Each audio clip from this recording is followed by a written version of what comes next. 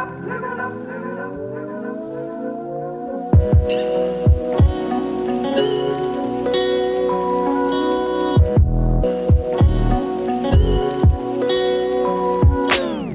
there guys, how's it going?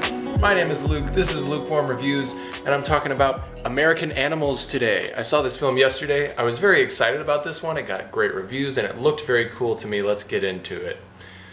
I was really disappointed by this film. I thought, judging by the trailers, that it was going to be this really youthful and rebellious kind of romp, maybe with some examinations of the economic system that millennials have been thrust into and the crumbling dregs of capitalism that we find ourselves clinging to, and maybe even how the higher education system has become this like elaborate kind of trap. But it was not nearly that smart, and it really just ends up as this horrible example of white privilege. All four of the main characters are just these reasonably well-to-do white dudes who are just total shitheads and are unsatisfied with their lives for no other reason than that they're bored. There's a tiny bit of some sort of justification about how Warren's, who is the Evan Peters character, maybe he's having some problems at home and his parents are getting divorced, but there's only one scene and it's not nearly enough. That's the main problem. I have no idea why these guys want to do this heist, other than that they're shit people. They're just terrible dudes. And I think that the movie could have been fixed pretty easily with some more examination about that, because the structure of the whole piece is total nonsense. You have like 15 minutes at the beginning where they're like, should we do this heist? Yep, we're gonna do this heist. And then from then on, the main body of the thing is like the planning and the execution and the aftermath of the heist. But they never tell you why it's happening. They never tell you why these assholes feel like they have to steal these books and make millions of dollars. One of them, they even make a point of saying, like, is already really rich. So why does he need the fucking money from the books? It's so dumb, and the four main characters are so fundamentally unlikable that it is really, really not fun to watch. Also, there's a documentary element to it that I thought was really unsuccessful.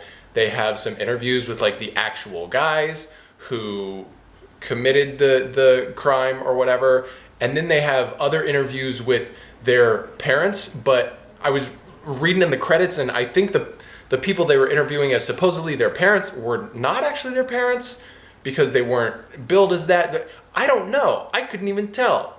So that was completely ineffective to me and muddied it all greatly. There's some play with kind of like memory and the subjectivity of like what's happening, where one guy says it's one way and one guy says it's another way, but they only do that thing like 2 or 3 times, and so it's totally thrown away and doesn't amount to anything.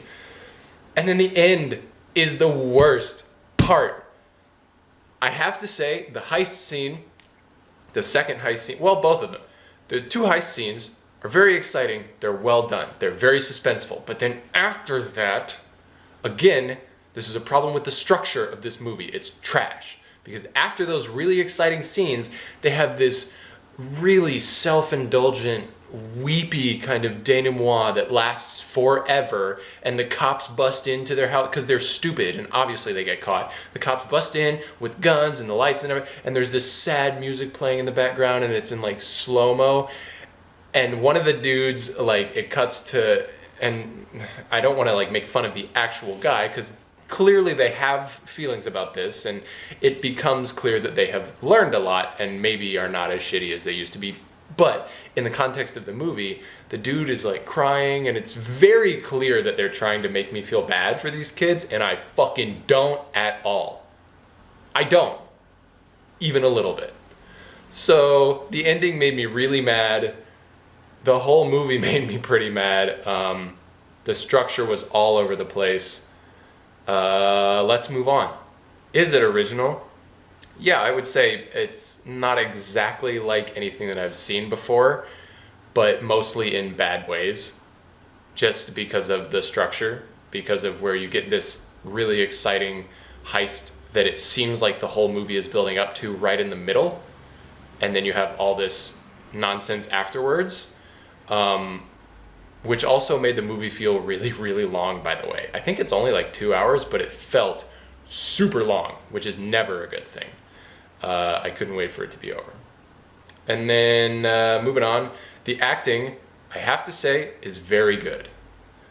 Evan Peters has a very specifically crafted character. There's lots of little things that he throws in there. Same with Barry Keoghan. Barry Keoghan is becoming a favorite of mine. He is excellent. He's so unassuming on camera. And he put a lot of great work into this character. All 4 of the leads are very, very good. Basically, everybody's very good. The acting is great. The acting is the only thing that keeps this film above terrible for me. It's not terrible. It's just deeply frustrating. But the acting is very good. Oh, and then the aesthetics also. The cinematography is really good.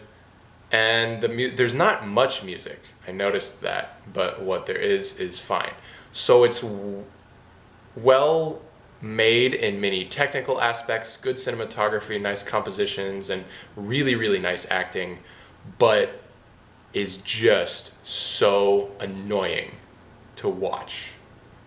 It could have been so smart and so much more nuanced, and it could have really been an indictment of, you know, the way that American society is treating young people. But it's not. It's not that.